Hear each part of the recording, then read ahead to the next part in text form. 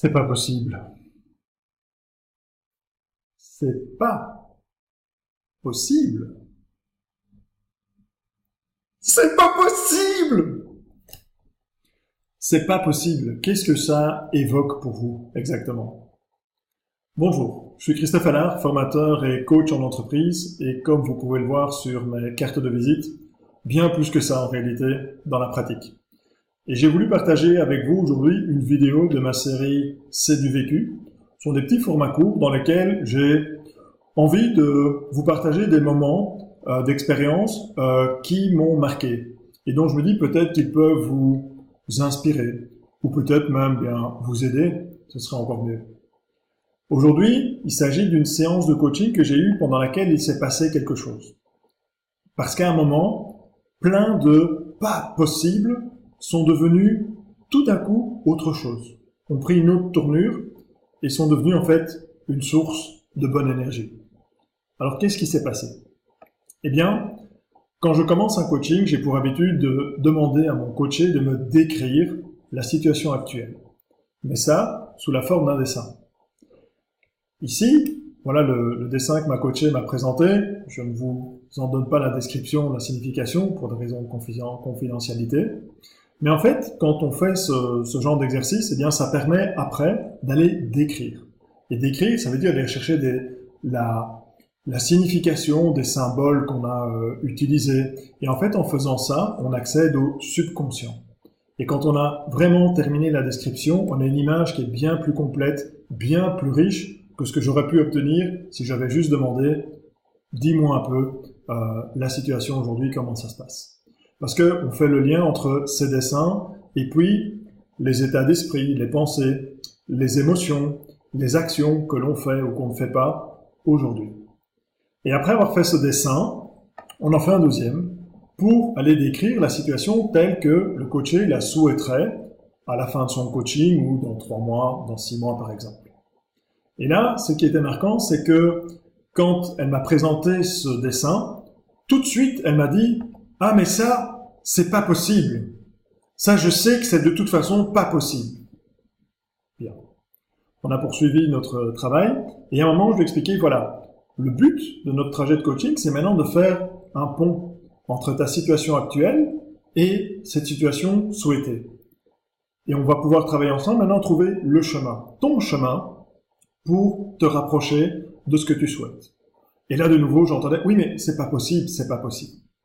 Et plus tard, à un moment, je lui demandais, j'aimerais que tu commences à réfléchir à tout n'est pas possible. Et en fait, c'est là que ça s'est passé. Parce qu'au moment où je lui ai dit ça, en même temps, je lui ai tendu une feuille sur laquelle il y avait un titre, mais plus petit pas possible. Et au moment où je lui ai tendu et où je lui parlais, j'ai vu ce choc qui se produisait en elle, ce paradoxe de se dire, mais j'entends pas possible, impossible pour moi, et je lis, mais plus petit pas possible. Pas possible, mais en termes de nouvelles solutions, de nouvelles options, de nouvelles possibilités. Et en fait, ça a vraiment créé, chez ma coachée, un déclic qui a donné une toute autre tournure à la séance de coaching et qui l'a permis par après de se libérer et de mieux collaborer, alors qu'avant, elle avait quand même une certaine réticence. Alors, pour qu'elle se souvienne de ce moment que j'avais trouvé marquant, je lui ai envoyé un petit PowerPoint qui, en gros, retraçait le schéma. Et pour qu'elle se souvienne que quand elle a commencé, je n'entendais que des pas possibles de le faire. Et des pas possibles où il y avait tellement d'émotions négatives, de frustration, de tristesse, de colère peut-être aussi. Et de se souvenir que tout ça, ça a évolué à un moment vers quelque chose, à partir du moment où on a parlé de pas possible pour faire quelque chose, eh bien, là, son visage a changé. Il y a une autre émotion. En tout cas, beaucoup plus neutre que celle d'avant, qui était négative. Et une fois qu'on a ouvert ce champ des possibles, eh bien, évidemment, maintenant, par la suite, au fur et à mesure qu'elle réalisera ces petits pas les uns après les autres, eh bien, je suis sûr que son visage changera encore. Et qu'un jour, elle pourra être très satisfaite, très heureuse, à pouvoir se dire, mais c'est pas possible, Je l'ai fait. Voilà un petit peu ce qui s'est passé ce jour-là, et ça a été un tournant pour que cette personne se rende compte que oui, évidemment, ça allait prendre du temps, qu'il fallait falloir y réfléchir, mais qu'il y avait certainement plein de petits pas possibles à faire pour se rapprocher d'une situation meilleure pour elle. Voilà ce que j'avais envie de vous partager aujourd'hui. Maintenant, ce que je vous explique, ça c'est ce qu'elle a vécu consciemment. Inconsciemment, ce qu'elle ne s'est pas rendu compte qui s'est passé, c'est que en self-coaching, on travaille sur les niveaux d'activité cérébrale. Et en fait, quand elle a commencé sa séance, elle était en niveau bêta, c'est-à-dire un haut niveau de fréquence et d'activité cérébrale. Et quand on est à ce niveau-là, on est sous stress. Et ce qui caractérise ce niveau, c'est qu'on est dans un mode où on fait des choses, mais de manière inconsciente, sans y réfléchir, sans savoir comment et pourquoi. Et surtout, on est aussi absolument inconscient de la manière dont on pense. On est dans un mode où on est en focus sur le danger, sur tous les problèmes, les risques qu'une nouvelle situation pourrait comporter. Et donc, on se met dans un état de fuite ou de lutte. On est dans un état cérébral où on n'a plus accès à sa mémoire, à ses souvenirs. On est aussi, avec nos sens aiguisés, dans une situation où on n'a plus la capacité de se concentrer. Et ce qui s'est passé, c'est qu'en dessinant, et en la forçant de manière assez souple à poursuivre son dessin, parce qu'après quelques secondes, elle pensait avoir fini, eh bien, je l'ai fait descendre en fréquence cérébrale. Et là, elle s'est retrouvée à un moment en ce qu'on appelle le niveau alpha. Et ça, c'est le niveau où on devient absolument capable de devenir conscient de ce que l'on fait, et donc aussi de pouvoir changer, et aussi être conscient de ce qu'on pense, la manière dont on pense, et pouvoir décider pour soi-même de penser autrement. Quand elle était à ce niveau-là, eh bien, elle avait 100% accès à toutes ses capacités de créativité, de concentration, de mémoire, d'empathie. Et surtout, son point focal s'est centré à ce moment-là non plus sur les dangers, mais sur les solutions. C'est à ce niveau-là qu'on a la capacité de changer nos habitudes et aussi notamment d'accéder à la récupération mentale. Les autres niveaux, je vous les passe pour aujourd'hui puisqu'ils ne sont pas vraiment d'actualité ou à propos. La deuxième chose qu'on a réalisée en fait à travers cette session, c'est réaliser ce changement de focus parce que quand on est sous stress, eh bien, notre cerveau est conditionné à ne voir que tout ce qui peut représenter un risque ou une menace. Et une fois qu'il est là, il génère des idées, des scénarios catastrophes dont on sait aujourd'hui qu'ils ne se réalisent pas, mais qui nous mettent dans un état d'angoisse, de peur, panique, qui nous font fuir ou qui nous empêchent en tout cas de nous engager dans une nouvelle dynamique.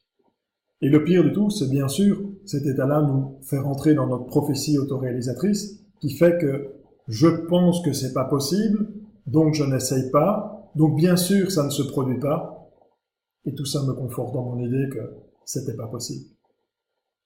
En descendant dans ces fréquences cérébrales, on a permis de changer le focus vers le positif.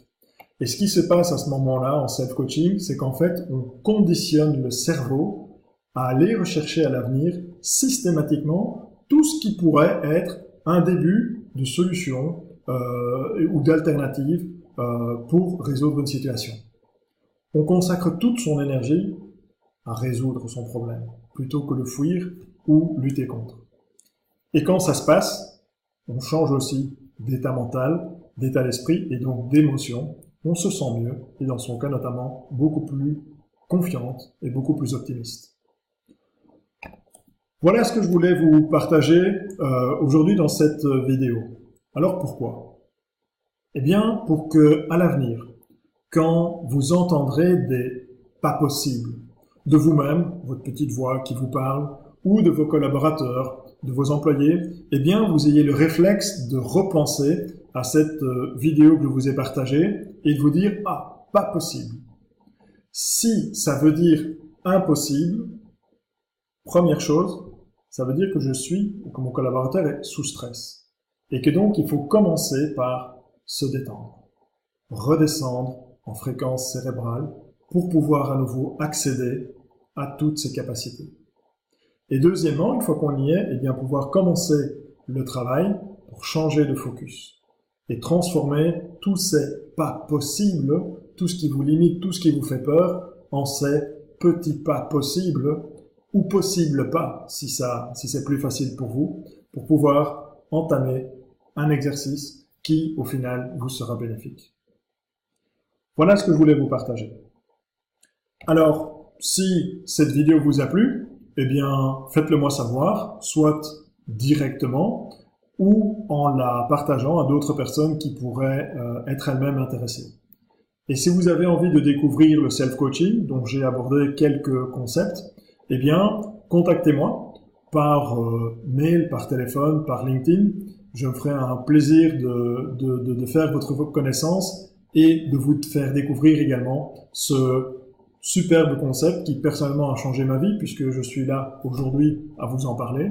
Et ce que vous pouvez faire aussi, c'est aller télécharger notre e-book sur notre site. Il est disponible en français, en néerlandais, il est gratuit et il aborde de manière succincte la théorie des fréquences cérébrales, il aborde les points de notre programme et il relate notamment des expériences de nos stagiaires, des personnes qui ont suivi les formations de par le passé. Voilà, je vous dis à bientôt et puis surtout, quoi que vous fassiez, faites-le bien.